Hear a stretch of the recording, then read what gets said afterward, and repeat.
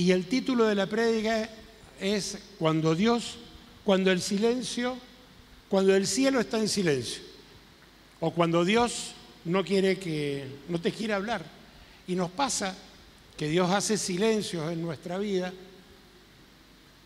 y lo único que hay que hacer es confiar. Y si tuviese que decir algo a todo lo que dijo el pastor José cuando estaba orando, es sí y amén. La verdad que tendría que haber seguido predicando él lo que Dios le estaba hablando en el momento, porque es mucho a lo que está basada la prédica. Si pudiera escuchar a Cristo orando por mí en la próxima habitación, no temería a 1.000.000 de ángeles. Si pudiera escuchar a Cristo orando por mí en la próxima habitación, no temería a 1.000.000 de enemigos. Aunque un ejército poderoso me rodee, mi corazón no temerá. Aunque me ataquen, permaneceré confiado. Salmo 27:3. La primera vez que yo entré a esta iglesia, yo venía entrando así, habían un montón de pastores de la acera, y yo buscaba al pastor Simón, que era el pastor que yo conocía en el lugar.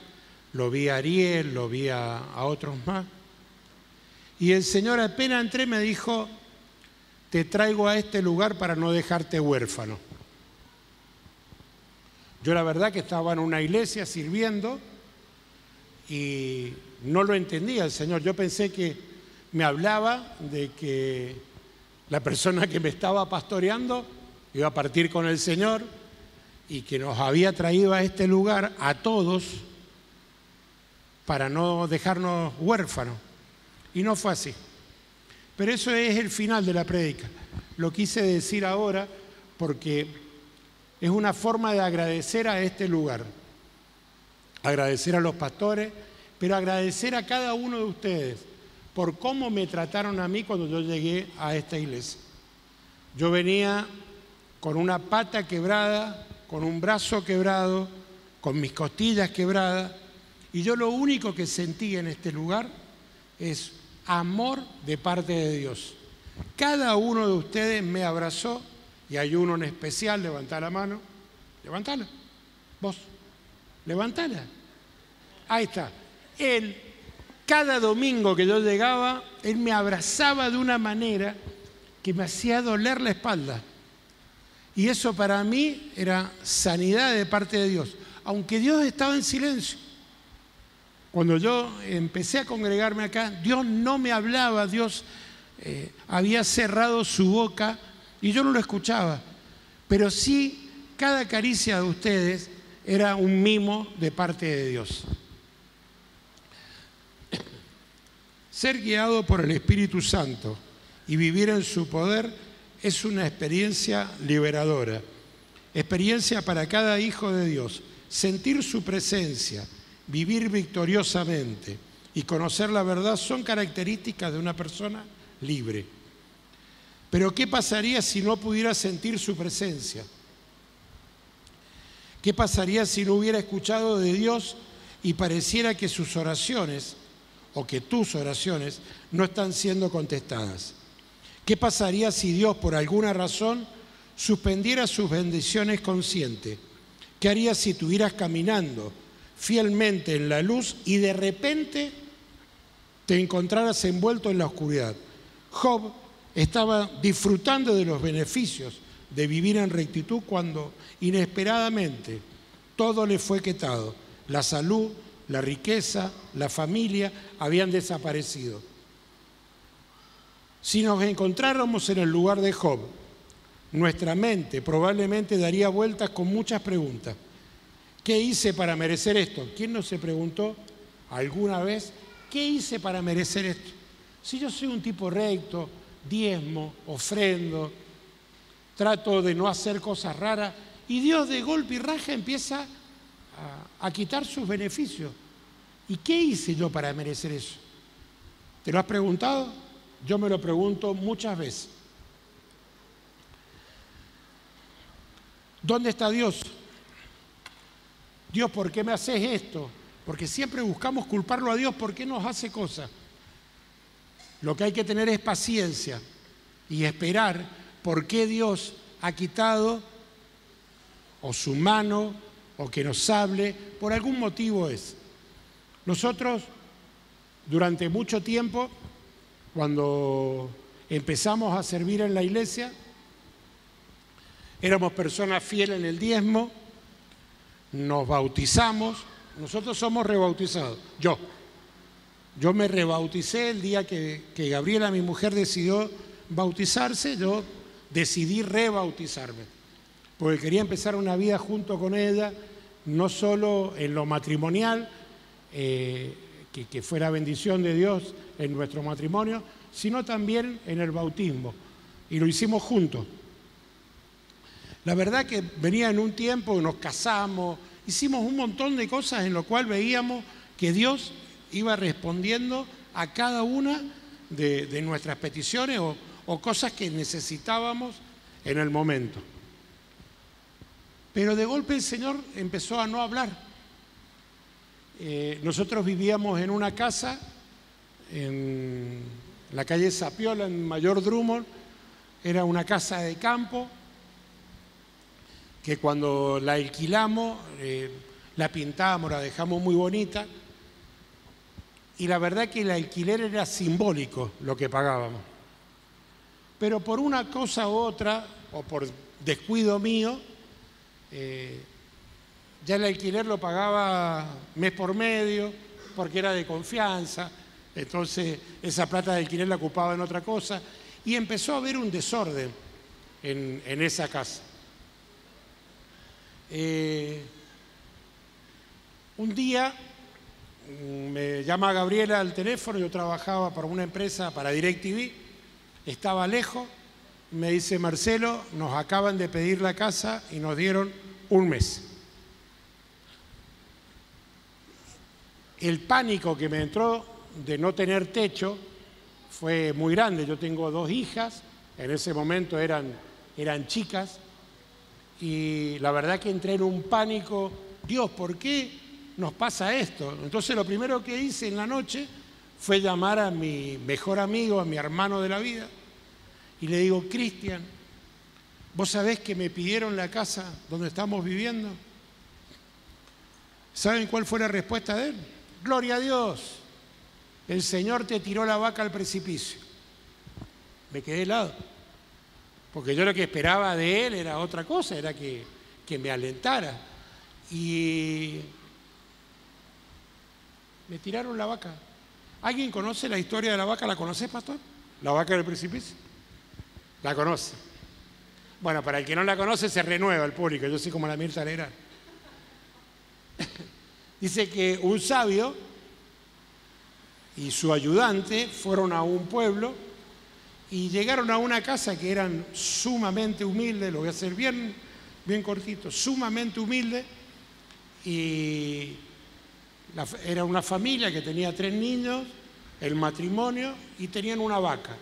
Y de la vaca sacaban leche, hacían queso, y cuando sobraba leche la vendían a los del pueblo y compraban harina y vivían de la vaca.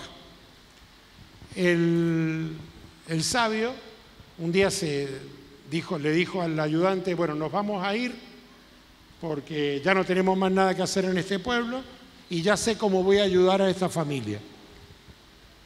Se levantan a la madrugada sin despedirse de los dueños de casa, y cuando se van yendo, el sabio le dice al ayudante: agarrá la vaca, nos llevamos la vaca. Entonces el ayudante se quedó helado. ¿Cómo nos vamos a llevar la vaca, que es con lo único que esta gente se sustenta? Sí, nos llevamos la vaca. Entonces el ayudante, como era fiel a su sabio, agarró la vaca, y cuando iban saliendo del pueblo, en el precipicio le dice el sabio al ayudante: tirá la vaca. Y se agarró la cabeza. Imagínate que el único sustento que tenían en la casa era la vaca, y el sabio le dice que la tira al precipicio, ni que se la robaran. El ayudante tiró la vaca al precipicio. Pasó un tiempo con el sabio, y el ayudante lo único que pensaba era en esa familia, que qué habían hecho sin la vaca. Entonces decidió volver al pueblo a visitar a esa familia.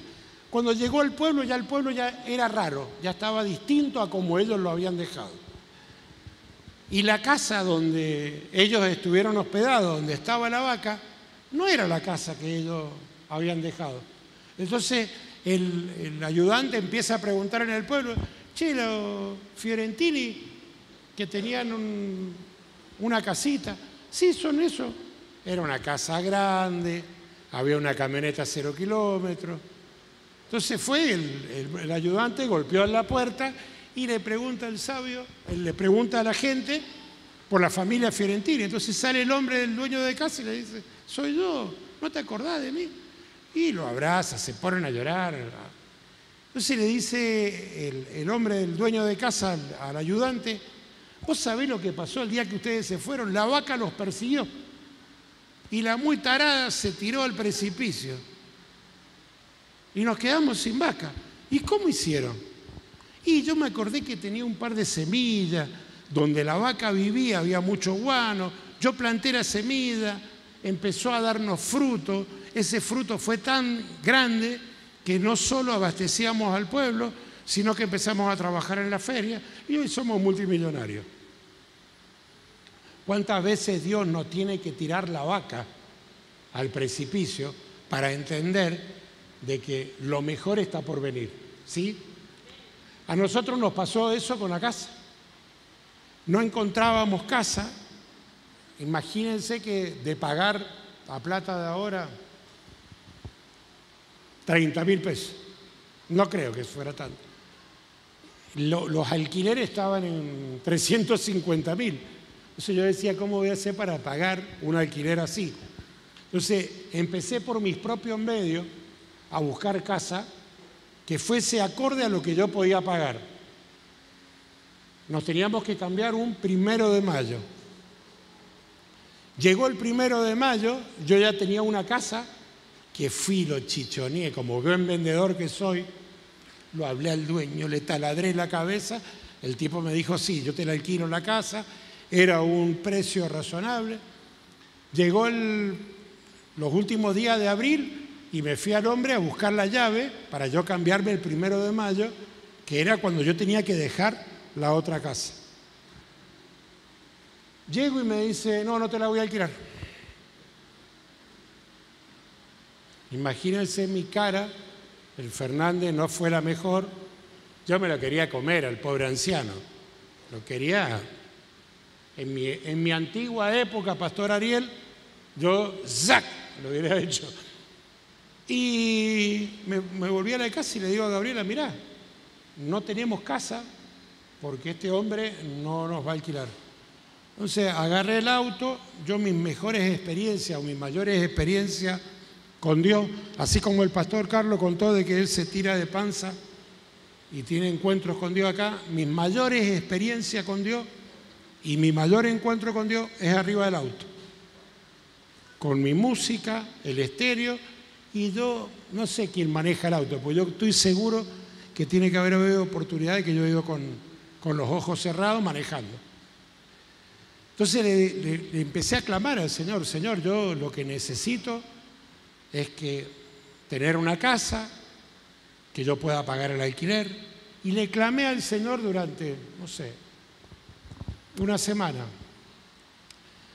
Tiramos todos nuestros contactos para buscar una casa y una tía de Gabriela nos dice: mirá, en la calle Monteagudo, en Luján, hay una casa que le han sacado el cartel de venta y te conseguí el número, es este. Entonces Gabriela lo llamó al hombre, le dijo: sí, la voy a alquilar pero dentro de un mes, porque la estoy arreglando, pero si la quieren venir a ver, vengan el sábado. El sábado nos levantamos con Gabriela, nos fuimos a ver la casa. Yo cuando llegué dije: no, esta casa no es para nosotros, no la vamos a poder alquilar. Eran todas persianas preciosas así, grande la casa. Le digo: no, mira, Gaby, vámonos de acá porque esto no es para nosotros.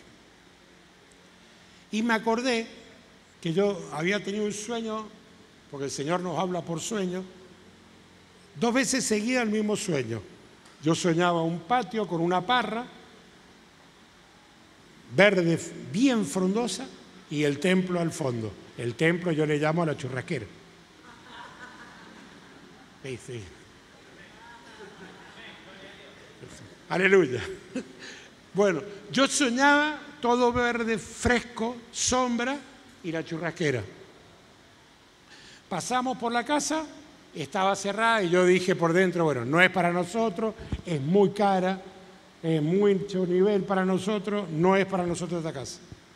Nos fuimos al supermercado y nos llama el dueño de casa, don Alfredo. Dice, miren, yo acabo de llegar, si quieren venir a ver la casa. Nos volvimos, estaban las ventanas abiertas. Yo cuando entré, sentí de parte de Dios, este es el lugar que yo les preparé. Vi la ventana de la cocina, el hombre me acompañó para acá, para allá, y ¿a dónde me llevó? Al patio. Y cuando veo el patio era la parra con la churrasquera. Entonces, ese silencio de Dios tuvo su respuesta ahí. Yo le dije al hombre que la necesitábamos dentro de 4 o 5 días más tardar cambiarnos y él me dijo no. No, porque yo la tengo que arreglar. Entonces salimos de la casa, nos encantó la casa, todo, nos dijo el precio. Cuando salimos afuera, el Señor, yo siento, cuando yo tengo que dar mi testimonio de haber estado en Remar, yo siento la mano de Dios en mi hombro y me largué a hablar a un hombre de 70 años de que yo había estado metido en la droga, que era un delincuente, que esto y que lo otro, y que Dios había transformado mi vida. Y el hombre me dice que bueno, porque allá hay un evangélico, allá hay otro, allá hay otro. En la cuadra me nombró 4 cristianos. Y me dice, pero no te puedo alquilar la casa, pues yo dentro de un mes. Le digo, mire, el que paga el alquiler de la casa es Dios. Y el que quiere que yo viva en este lugar, me dijo Dios que Él quiere que yo viva acá. Así que va a tener que llamarme por teléfono el lunes para decirme, sí, la casa es para ustedes, porque la quería alquilar una sobrina y demás. Conclusión, yo agendé el número, el hombre el lunes, me suena el teléfono, Alfredo, pero como buen vendedor, le dije, ¿sí quién habla? Te habla Alfredo, me dice el de la casa. Ah, ¿cómo le va, Alfredo? Pensé que no me iba a llamar. Mentira, yo por dentro estaba seguro. Me dice, Marcelo, te alquilo la casa. Conclusión, después de tanto silencio del Señor, el Señor habló. Fuimos obedientes con Gabriela. Bueno, vivimos hace 5 años en ese lugar que esperamos que algún día el Señor nos lo dé y lo podamos comprar. ¿Quién entre ustedes teme al Señor y obedece la voz de su siervo? Aunque camine en la oscuridad y sin un rayo de luz, que confíe en el nombre del Señor y dependa de su Dios. Esto está en Isaías 50:10. Pero ustedes que encienden fuegos y preparan antorchas encendidas, caminen a la luz de su propio fuego y de las antorchas que han encendido. Esto es lo que ustedes recibirán de mi mano. En medio de tormentas quedarán tendidos. Muchas veces nosotros le preguntamos al Señor y queremos que el Señor nos conteste. Y como dice Isaías, si no le preguntamos y no le consultamos a Él, lo que venga puede ser que Él haya dicho como a Job, sacó su mano y empezar a estar en la oscuridad. Cuando estamos en la oscuridad, ¿qué es lo que no hay que hacer? Es dejar de depender de Dios. Aunque estemos en la oscuridad, lo principal es estar siempre consultándole al Señor qué es lo que tenemos que hacer. ¿Quién entre ustedes teme al Señor? Isaías está hablando de un creyente, alguien que obedece a Dios y sin embargo camina en tinieblas. Isaías no está hablando de las tinieblas del pecado, ni siquiera de las tinieblas de este mundo. Está hablando de la oscuridad de la incertidumbre, un pesado manto de nube oscura que se cierne sobre nuestro ser. Las certezas de ayer han sido reemplazadas por las incertidumbres del mañana. Dios ha suspendido sus bendiciones conscientes. Incluso asistir a la iglesia puede parecer una experiencia deprimente. Los amigos parecen ser una molestia más que una bendición. ¿Le puede pasar esto a un verdadero creyente? Sí. Que está tratando de lograr Dios con su ministerio de las tinieblas. ¿Qué debe hacer una persona en estos tiempos? Sigan caminando a la luz de la revelación anterior. ¿Qué podemos hacer cuando Dios está en silencio? ¿Quién utiliza inteligencia artificial? Inteligencia artificial, más o menos. ¿Alguien más? ¿Vos? Bien, bien. Me extrañó que los pibes no levantaron la mano. Mi hija, Guadalupe, ya está. El Maxi, todos esos que son jóvenes, la inteligencia artificial la utilizan y mucho. Vos sabés que yo agarré y le pregunté a la inteligencia artificial, yo le tengo quick de manejar la inteligencia artificial. Me da como que se están enterando lo que yo quiero y lo mismo lo hacen. Pero bueno, le tengo miedo a la inteligencia artificial. Soy de una generación, tengo 37 años. Entonces, entiéndanme que acá... Bueno. Entonces yo agarré y le pregunté a la inteligencia artificial, ¿qué podemos hacer cuando Dios está en silencio? Me contesta la inteligencia artificial. Y yo digo, me va a contestar porque puse lo que yo quería y estaba en el trabajo y me fui a hacer algo y digo, bueno, cierto que consulté. Debe ser re frívolo lo que ha puesto. Confiar en Dios y recordar lo que ha hecho en el pasado. Segunda cosa que me contestó, profundizar en la palabra de Dios y pedirle que hable a través del Espíritu Santo. Inteligencia artificial.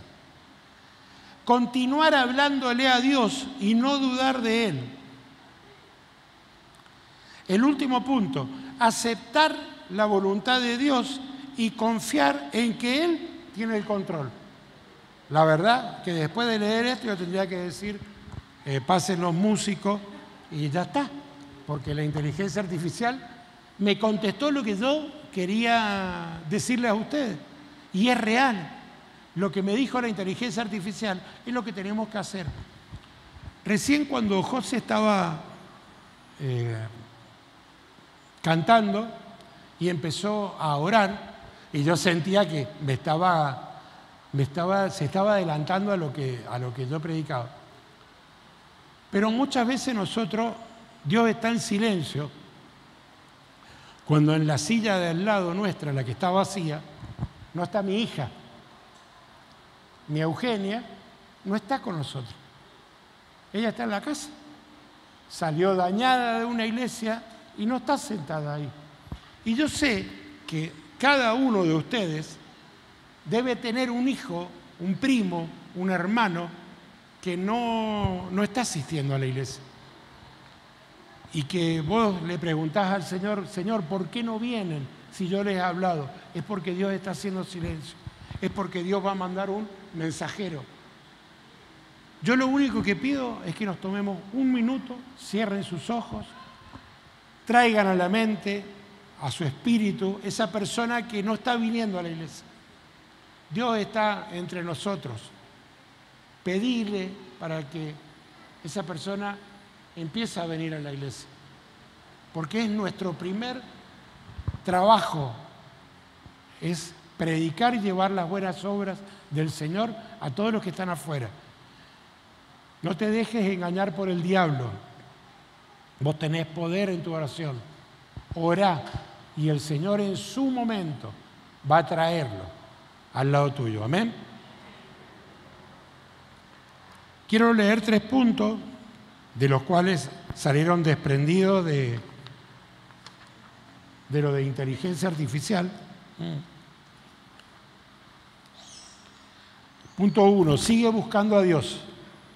Nuestra reacción natural cuando sentimos que alguien nos está dando la espalda es alejarnos. Sin embargo, el escritor del Salmo 42 hizo lo contrario. Él anhelaba a Dios, como el ciervo anhela las corrientes del agua, como el ciervo anhela las corrientes del agua. Salmo 42:1.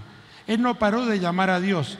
El salmista nos muestra que no debemos dejar de buscar a Dios, incluso cuando lo sentimos distante, porque Él es la única fuente verdadera que puede satisfacer nuestras almas. Punto 2. Recuerda lo que Dios ha hecho en el pasado. Salmo 42:4. Revela una clave poderosa de 2 palabras para buscar a Dios cuando sentimos que Él está en silencio. Me acuerdo. El salmista se acordó de haber adorado a Dios en su casa, y aunque el salmista estaba lejos del templo, él aún se acordaba de Dios.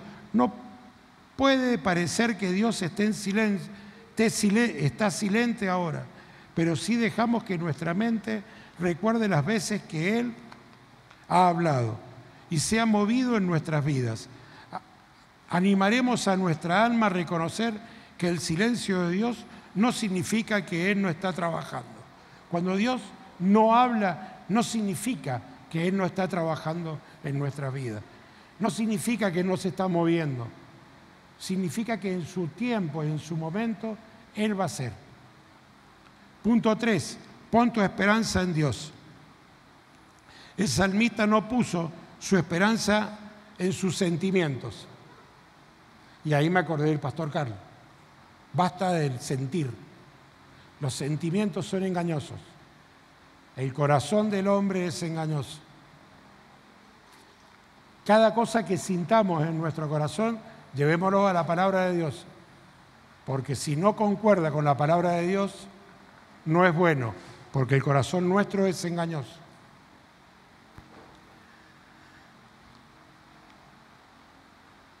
Esperar en Dios. Salmo 42:11. Nosotros servimos a un Dios que puede guardar silencio, pero que nunca deja de actuar a favor de sus hijos. Por eso, incluso cuando Dios se calla incómodamente, tenemos una esperanza que nos ancla hasta que volvamos a oír de Él. Cuando miro hacia atrás, puede que no haya escuchado a Dios como yo quería, pero ahora puedo ver que Él estaba conmigo, guiándome hacia los doctores que necesitaba. Y esto lo puse, nosotros, Guadalupe, cuando chica, tuvo varicela. Como todo niño, empezó a tener puntitos y la llevamos al médico. El médico nos dijo, no, es una varicela común, quédese tranquilo. Al segundo día yo me levanto en la noche, paso por la habitación de Guadalupe y había olor a podrido. Entonces dije, uno de los gatos hizo algo en la habitación. Cuando me agacho, era el cuerpito de Guadalupe. Era tan fuerte la varicela que tenía que despedía olor a podrido. Nos desesperamos, nos fuimos a un médico, de ahí nos fuimos al Noti. En el Noti era como si estuviese toda la iglesia esperando un lugar. Entonces fui, golpeé la puerta y le digo, mire, necesito que la atiendan a mi hija. Y mire, señora, hay un montón de niños. Sí, pero salí y miré a mi hija. Cuando la vieron, la agarraron de la mano, ¡fum!, la metieron para adentro, la acostaron y 18 médicos más o menos empezaron a sacarle fotos, porque era una varicela que estuvo a punto de tocarle los pulmones. Estuvo con Gabriela internada una semana, que la aislaron por completo. Pero Dios no la dejó de lado, porque tenía un propósito con Guadalupe.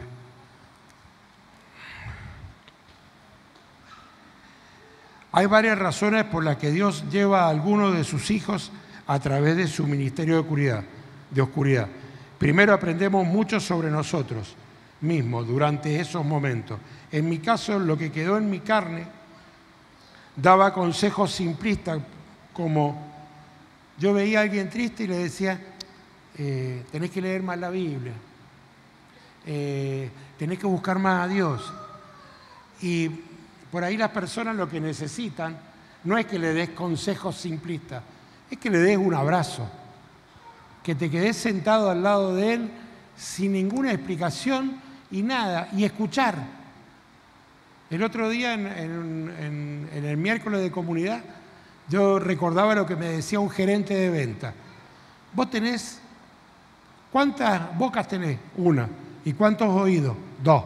Entonces tenés que escuchar más de lo que hablás. Y por ahí los cristianos queremos hablar y dar consejos y tenés que leer. Y mirá, acá dice esto. Y lo que necesita el otro es escuchar, nada más.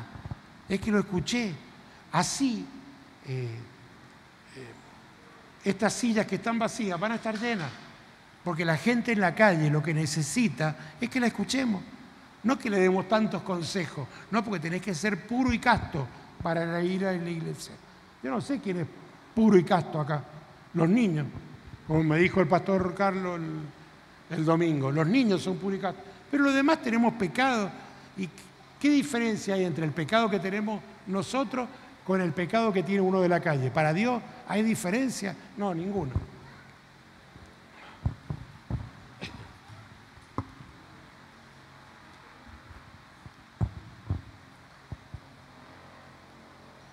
Aprendemos a esperar pacientemente con la gente, aprendemos a llorar con los que lloran, no a instruirlos.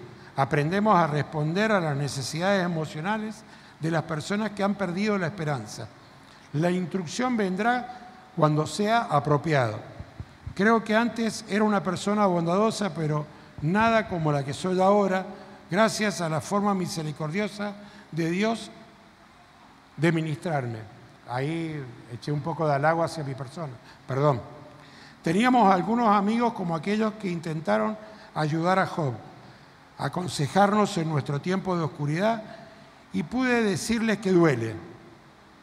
Lo que Job necesitaba en su hora de oscuridad eran algunos buenos amigos que simplemente se sentaran con él. Esto lo hicieron durante una semana y luego se les acabó la paciencia.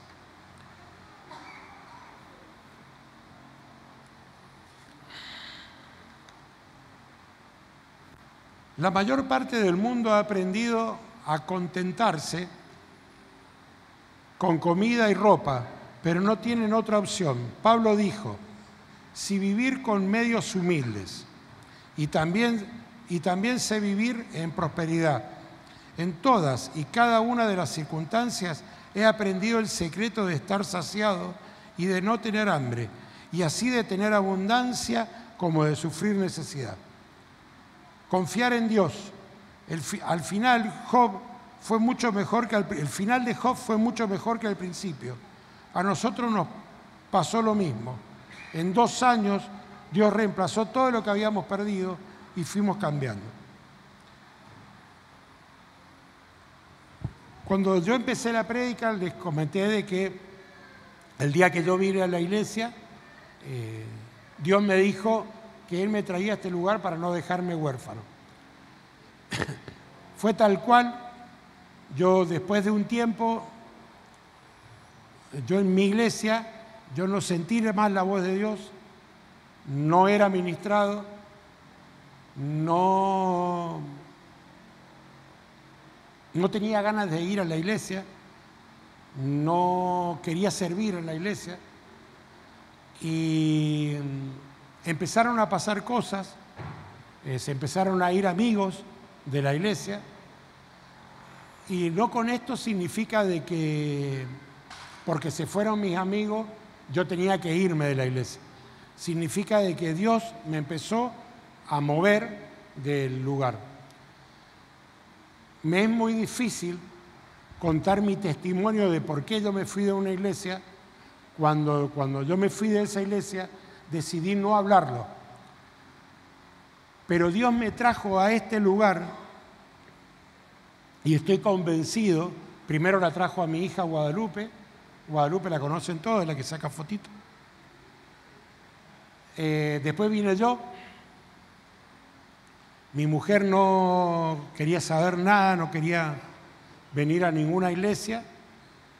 Y como les dije al principio, cada abrazo de ustedes significó un sanar mi alma, mi corazón y mis heridas. Al tiempo Gabriela pudo venir y el primer día que llegó, de ahí no se fue nunca más. Max y Guadalupe nos invitaron insistentemente al encuentro y yo no quería saber nada con el encuentro. Para mí era un lugar donde se movían las emociones y con el mover de las emociones uno se acomoda y piensa que sana cosas. Yo vine totalmente escéptico en la palabra, no quería saber nada. El día sábado yo estaba sentado ahí, en la primer prédica me tuve que tomar 1,5 litros de agua más o menos, porque me lloré desde que empezó hasta que terminó, me gasté un rollo de servilleta y me di cuenta que no eran emociones, que era Dios ministrando mi vida. Después de tanto silencio, me hizo pasar por un desierto el Señor. Me trajo a un lugar donde acomodaron mis heridas, sanaron mis heridas.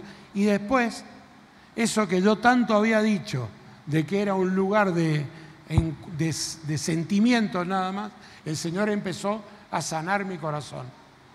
Y no les puedo contar todo lo que yo viví ese sábado y domingo, porque muchos de ustedes todavía no lo han hecho y quiero que lo hagan. Pero Dios sanó mi corazón. Yo pude restaurar mi relación con Dios porque yo pude perdonar. Y todos esos silencios que el Señor había tenido conmigo, en ese encuentro Dios habló a mi corazón una, otra y otra vez. Entonces el silencio dejó de estar en nuestra vida. Yo hoy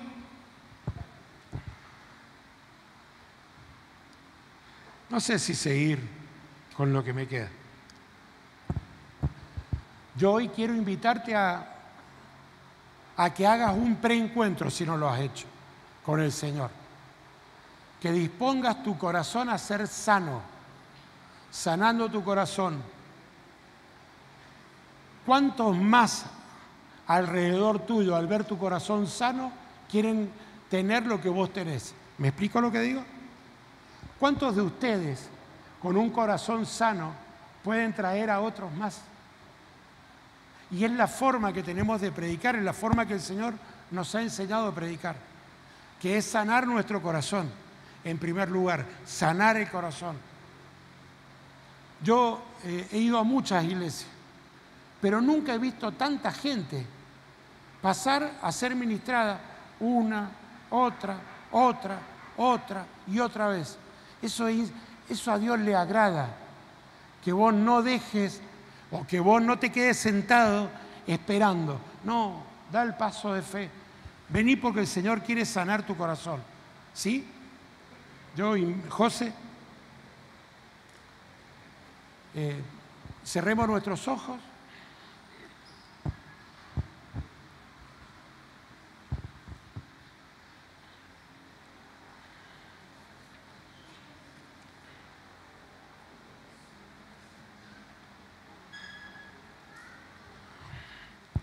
Dice, aunque pueda que no sea en esta vida como lo fue en Hebreos 11, donde los discípulos no pudieron ver tantas cosas que era prometida para ellos.